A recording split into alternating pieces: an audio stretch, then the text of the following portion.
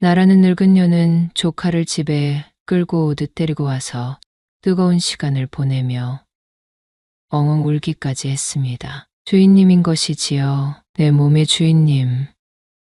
좋아요. 구독 부탁드려요. 나라는 년의 나이는 이미 50을 훌쩍 넘겼습니다. 남편은 일찍 죽고 딸 하나 있는 거, 시집을 보내고 나서 10여 년을 혼자 지내온 과부입니다. 예전 같으면 노인네 취급을 받았겠지요. 혼자 자영업을 하며 경제적인 여유로움도 있는 여인네입니다. 제법 사교성과 애교도 있어 손님들과도 친하게 지냅니다. 그들과 어울려 다니며 여기저기 봉사활동도 하는 여인네이기도 하지요. 비록 과부이기는 하지만 남정네들에게 업신여김을 당하지도 않고 즐겁게 지내고 있었답니다. 하지만 단 한 가지 허전함은 어쩔 수 없더라고요. 사고로 갑작스레 남편을 잃고 딸이 있어 외로움을 달랠 수 있었으나 매일 밤마다 잠자리에 누우면 온몸이 시리고 가슴이 시려왔습니다. 남편의 품이 그립고 그 손길이 그리워나라는 년의 아랫도리는 움찔거리기 일쑤였죠. 쉽게 잠들지 못하는 세월을 보냈습니다. 50이 넘어 매달 찾아오던 달거리도 끊기고 이젠 여자로서 삶도 끝인가 보다 하게 되니 외로운 밤도 어느새 먼 옛날의 일이 되고 말았습니다. 남편을 잃고 남자의 손길 한 번 닿지 않았던 나라는 년의 몸뚱이는 외로움에 완전히 익숙해져 버려 뭔가를 갈구하는 욕망도 사라져 버렸습니다. 남편이 내 위에서 고함을 치던 기억도 가물가물해져 버렸습니다. 가게에서는 저 혼자 일합니다. 바쁜 시간에는 정신이 없기도 하지요. 이 나이에 뭔가에 쫓기듯 살지는 않아도 되어 좋기는 하지만 오히려 몸과 마음이 편하니 내가 할머니가 된 듯한 생각에 서글픔이 밀려오기도 했습니다. 가게 한 구석에 운동기구 몇 가지를 놓고 운동으로 외로움을 달랬더니 몸에 군살이 붙을 여지는 없었다 봅니다. 얼굴의 주름은 자글자글하나 얼굴은 화장으로 어느 정도 커버가 되니 몸매가 괜찮은 저는 사람들이 나이보다 어리게 보게 되었지요. 그게 뭐 그리 중요할까? 나이라는 것은 숫자이지만 그 숫자가 나라는 년의 서글픔을 만들어냅니다. 하루라도 걸으면 다음 날 또 하기 싫어지기에 운동을 단 하루도 쉬지 않으려 노력하는 제 자신이 개견스럽기는 합니다. 늙은 년이란 소리 듣기 싫은 걸 보면 아직 저도 여자인가 봅니다. 오늘도 새벽에 밥을 먹고 아침 일찍 가게로 향합니다. 정막이 흐르는 집보다는 손님이 있어 시끌벅적한 가게가 낫지요. 영업 준비를 하고 조용히 책을 읽고 있으면 하나 둘씩 손님들이 들어옵니다. 첫 손님에게는 일부러 더 상냥한 목소리로 인사를 해봅니다. 20대 초반일까 중반일까 내 딸보다 어려 보이는 아기입니다. 검게 그을린 건장한 체격을 가지고 있지만 얼굴과 표정에서 아기인 것이 티가 납니다. 손님은 저를 뚫어지게 쳐다보고 있으니 이 늙은 년도 약간 부끄러운 마음이 드는 걸 보면 여자인가 봅니다. 손님은 계속 웃고만 있었습니다. 당황스러움이 밀려오는 찰나 그 손님이 입을 열더군요. 숙모, 저예요. 저에게 숙모라 부르는 이 아이 기억을 더듬어 순간 번쩍하는 느낌이 들고 준민이 조카님 맞아. 아기 때 보고 한참 못 봐서 몰라봤네. 여긴 어쩐 일이냐 물었습니다. 그 남자는 먼 친척 조카였습니다. 천수를 따지기 힘들 정도로 먼 친척이지만 한 동네에 살았기 때문에 숙모, 조카했던 것이지요. 남편이 세상을 떠난 후로 시댁 쪽 친척들과는 왕래가 별로 없었기 때문에 조카가 찾아왔다는 것의 이유가 궁금해졌습니다. 숙모님, 여기 근처에 점포를 하나 얻었어요. 장사를 하게 되었습니다. 인사드리려고 찾아왔어요. 나는 축하의 말을 건넸지요. 그리고 나라는 년이 도울 일이 있으면 언제든 말해달라고 했습니다. 준민 조카가 다녀가고 며칠 후 저녁 때였습니다. 가게 마감을 하고 옷을 갈아입은 후 구석에 있던 운동기구를 가지고 운동을 준비하고 있었죠. 그날도 땀을 흘리며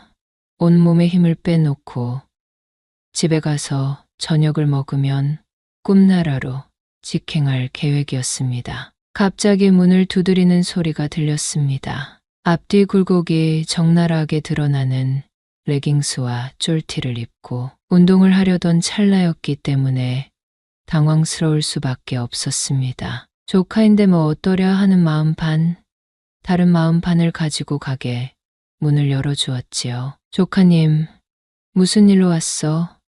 준민 조카는 과일 바구니를 들고 빙그레 웃으며 들어왔습니다. 조카는 시선을 돌리고 말을 했지요. 당연할 겁니다. 20대 어린 나이에 숙모라 해도 그런 차림으로 있는 것을 보면 눈을 어디에 두어야 할지 모르는 게 당연할 테니까요. 과일을 깎아와서 조카와 마주 앉으니 조카는 포크로 과일을 찍어 저에게 내밉니다. 남성미 넘치는 조카를 그런 옷차림으로 마주 앉아 물끄러미 바라보다가 순간 두근거림을 느껴 나라는 여는 고개를 숙일 수밖에 없었지요. 마음속 깊은 곳에 숨겨져 있던 여자가 꿈틀대는 것을 아련하게 느끼니 부끄러움을 견딜 수가 없었습니다. 조카는 젊은 나무에 달린 과일은 물이 많지만 달고 맛있다는 말을 어디서 주워 들었다고 하더군요. 하안을 그면 물이 메말라 맛이 없는 건가? 나도 모르게 튀어나온 말에 조카는 그게 무슨 말씀인지 서로 당혹스러운 표정으로 시선을 마주치지 못하고 있을 뿐이었습니다. 경직된 분위기를 풀어보려 던진 조카의 말, 숙모님, 그게 무슨 말씀이에요?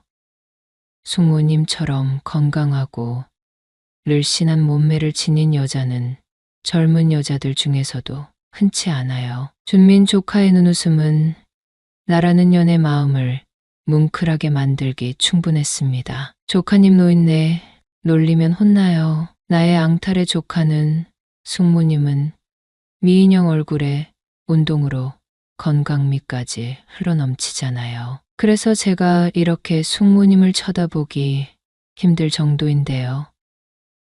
하긴 매일같이 운동에 매진한 탓에 내가 시들지는 않았겠지. 이런 미안을 하며 조카는 시선을 돌리는 척하면서 나를 구석구석 염탐하고 있음을 알고 있었습니다. 조카의 염탐이 어쩐지 내 마음을 설레게 만들고 있었습니다. 조카는 나에게 편하게 운동을 하라는 것이었습니다. 오늘은 운동을 건너뛰겠다고 했지만 조카는 자기가 잡아줄 테니 운동을 하라더군요. 아령을 들고 서서 운동하는 저의 뒤에서 조카는 자세를 잡아주고 있었습니다. 나라는 연의 뒤태를 감상하고 있었는지도 모를 일이었지요. 여러 가지 생각이 온몸을 휘감는 중에 아랫도리를 확 내린 모습을 조카에게 보여주고 싶다는 생각을 하던 찰나 하체에 힘이 풀려 비틀거리고 말았습니다. 조카는 당황해서 저를 부축해 주었습니다. 조카의 부축에 치밀어 오르는 묘한 감정이 솟아나고 저는 거친 숨결이 터져나올 뻔했습니다. 늙은 숙모를 부축해 소파에 눕혀준 조카는 저의 다리를 주무르기 시작했습니다. 눈을 꼭 감고 터져나올지 모르는 탄성을 억누르고 있을 뿐이었죠. 가만히 실눈을 뜨고 보니 조카는 걱정 어린 표정으로 제 다리를 주무르고 있었습니다. 저는 조카의 손길을 음미하고 있었지요. 조카의 손길이 멈추기라도 하면 나라는 여는 세상을 등져버릴 것이라는 결심이라고 한 듯 했습니다. 끙하는 소리를 내며 모른 척 돌아누웠습니다. 조카는 허벅지를 정신없이 주무르고 있는데 저도 모르게 숨소리가 새어나왔습니다. 점점 조카의 숨결도 거칠어지고 때가 무르익었다고 생각한 찰나 조카의 커다랗고 육중한 몸이 저를 짓눌러 왔습니다. 아이, 난 몰라. 늙은 숙모를 어쩌려고.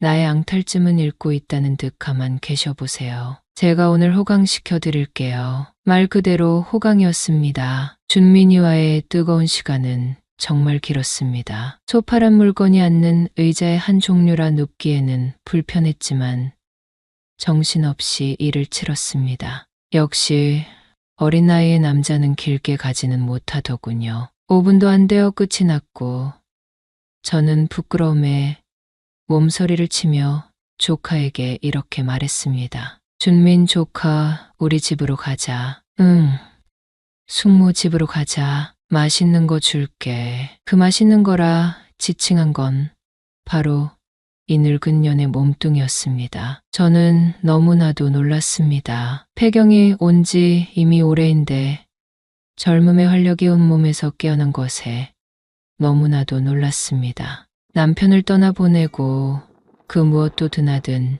적이 없는 곳에도 세포는 모두 살아 있었습니다. 조카와 저는 함께 집으로 왔습니다. 나의 집을 모르는 조카보다 앞서 길잡이 역할을 했지요. 조카는 저의 빠른 걸음을 따라잡기가 쉽지 않았는지 아니면 하체에 힘이 없는지 숙모, 천천히 좀 가요. 나는 조카의 말을 들어줄 만큼 여유롭지만은 않았습니다. 봉인되어 있던 모든 세포가 이제 깨어나서 활개를 치고 있는 나라는 년의 몸뚱이 때문이었지요. 나라는 늙은 년은 조카를 집에 끌고 오듯 데리고 와서 뜨거운 시간을 보내며 엉엉 울기까지 했습니다. 호흡이 채 가다듬어지기도 전에 조카는 임신 걱정을 하더군요. 푸아 바보, 나 폐경이 온 지 오래됐어. 나의 말에 미소를 지으며 안심을 하는 조카가 너무 멋져 보였습니다. 주인님인 것이지요.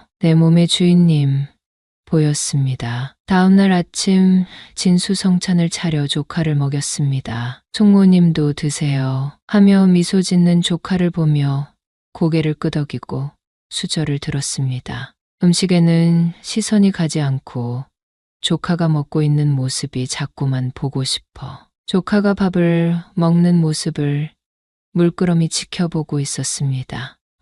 그래요. 많이 먹어요. 속으로 하는 말에서 존댓말이 나오는 것을 느끼고 적잖이 당황했습니다. 하지만 이내 혼자 코웃음을 치게 되었지요. 조카와 헤어져 각자 일터로 가서 너무나도 놀랐습니다. 바로 끊어졌던 달거리가 다시 찾아왔기 때문이었죠. 처음에는 뭔가 이상이 있나 해서 가게 문을 닫고 곧바로 산부인과로 향했습니다. 안 되는데, 준민이와 또 즐거운 시간을 보내려면 이러면 안 되는데. 지난 밤의 시달림으로 하체에 힘이 없었지만 힘을 짜내어 산부인과에 도착했습니다. 폐경이 왔다가 다시 달거리가 찾아온 것뿐이라는 의사의 말에 안심을 하게 되었지요. 마감 시간에 맞춰 찾아온 조카에게 귓속말로 저의 속사정을 말해주었습니다. 정말요?